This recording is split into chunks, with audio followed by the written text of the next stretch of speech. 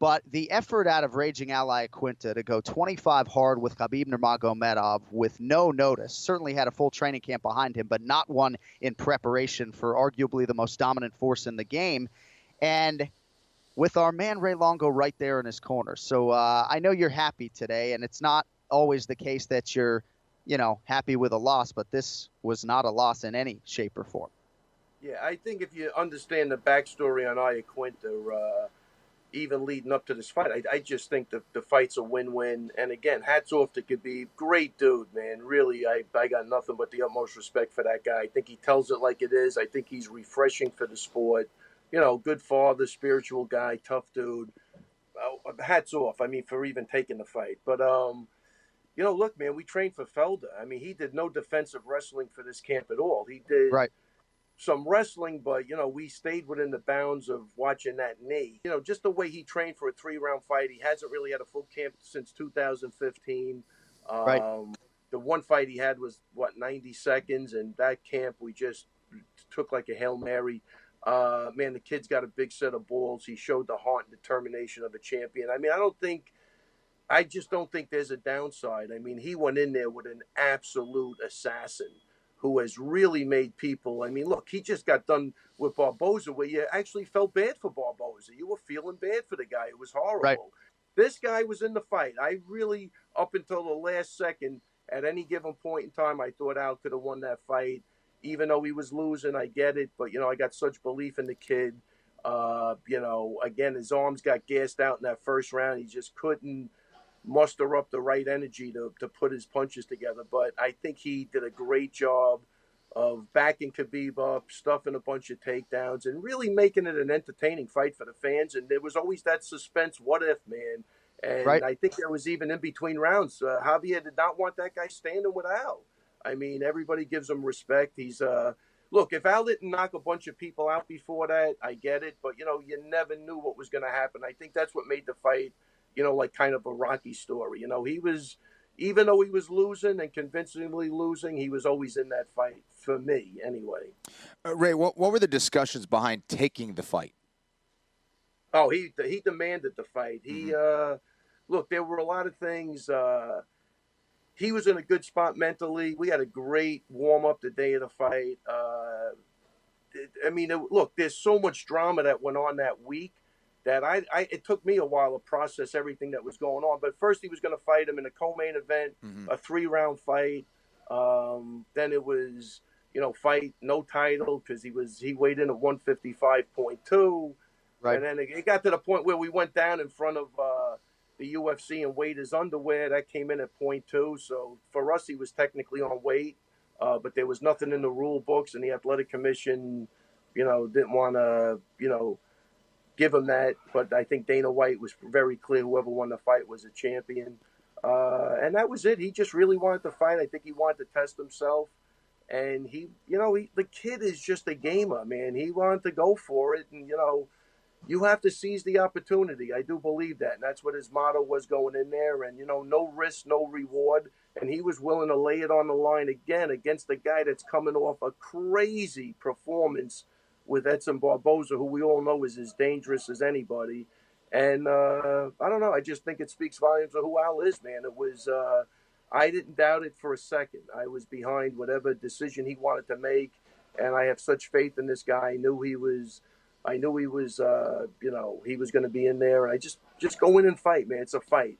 It really is. The wrestling thing bothered me, but, he does have some wrestling chops. And I think he did as good a job of anybody, man. It was just more the mentality and never quit. And even Khabib, who's, Khabib's a street dude, man. I think they had a really just a mutual respect. And I think that's what fighting's about, man. Two guys just threw it down. And listen, to Khabib's credit, the shit he went through on the bus and just having 85 different opponents and willing to step up, that's not easy either. I don't care if he says, he wasn't affected by it. I got my hats off to Khabib, man. He really took his shot against a really tough kid. How was Al's spirit after the fight? What did he think of the fight? I think his spirits were good, but he was disappointed. And I think, he thought he could have did better. And I think, at the end of the fight, he wished he had trained for 5 rounds because I think the conditioning became a huge part of that fight after the first round, because he just didn't have, we didn't train for that type of energy system. You know what I mean? Where you're constantly wrestling and getting back to the striking, and and again, we trained for 3 rounds, so it was a very big risk against an assassin. So in terms of those 25 minutes and their value to you guys going forward, I mean, no doubt Al's stock now goes through the roof, right? I mean, this guy's fan base swelled considerably. He was able to do this in front of his home crowd, which was super inspirational. But I mean, I got to think that, like, next time he goes in there, it's like, I don't care who I'm fighting. Like, it's not Khabib, and it's not 25 minutes, having only trained for 15. So it's got to be a huge confidence booster. I think you bring up a great point. Like, Kenny, it's like sparring. You're coming up the ranks, and you're sparring with a world champion, and you're hanging in there. I mean, like, the next guy, he's not at this level. I mean, I know that's the way I would look at it. So I agree with you. And just bringing up the stock thing, just looking at this fight like this, I mean, let's look at it like this. Stock went up, stock went down, stock stayed the same for the two guys. Al's stock definitely goes up. Khabib's, I don't know. I mean, I think, look, I want to defend Joe Rogan too, because everybody's getting down on the guy. But I watched the fight finally yesterday, and, look, he was very complimentary of Khabib in the first 2 rounds. He's mauling him. He's doing what he does. But Al did something nobody else ever did. He didn't quit. And he kept going, and he started getting out of stuff, and he made the fight interesting. He got the fans involved. There was drama. There was a little bit of here. He was getting hit. He was coming back. He was eating jabs. He didn't give a shit. They're talking to each other. He made that a great fight, and I think Rogan was really just rewarding that effort. And that's not knowing that the guy was in the octagon for 90 seconds in the last 3 or 4 years. I mean, so I think it was unfair. I think he got maybe carried away, but he had to be – it was emotional. He watched the guy not quit. How many guys quit against Khabib? Again, that Barboza fight, everybody's saying, throw in the towel, do this, do that. Everybody's heart went out to Barboza. He took a mauling. This kid didn't give a shit. And he stayed in front of this guy. He took the best shit that guy had, and he wasn't going anywhere.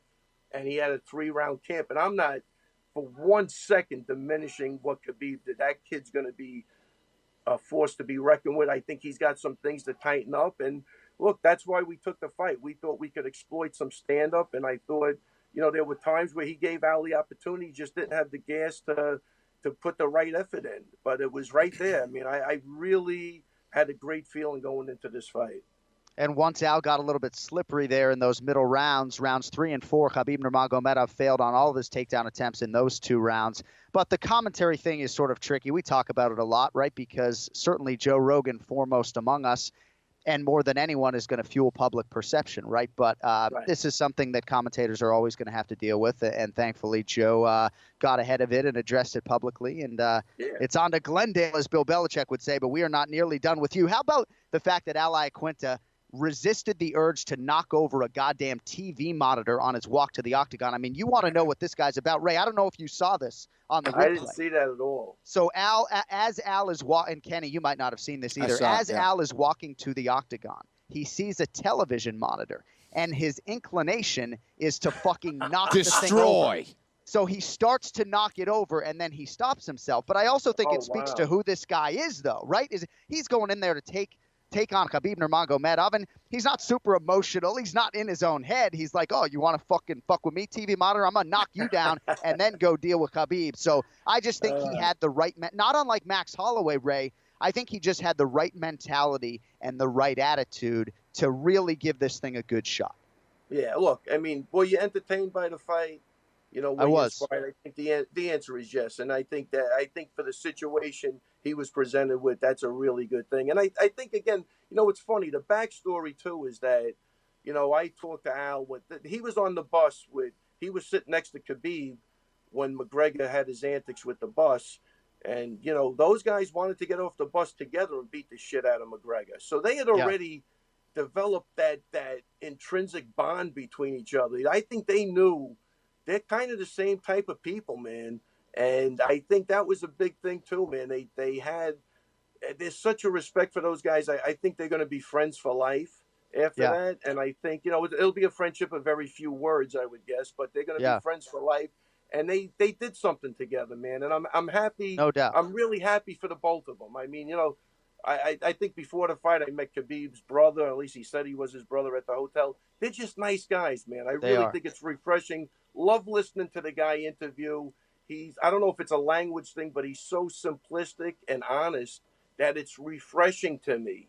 You know what I mean? He's not bullshit. I just think we need more of that shit in the UFC. I really do.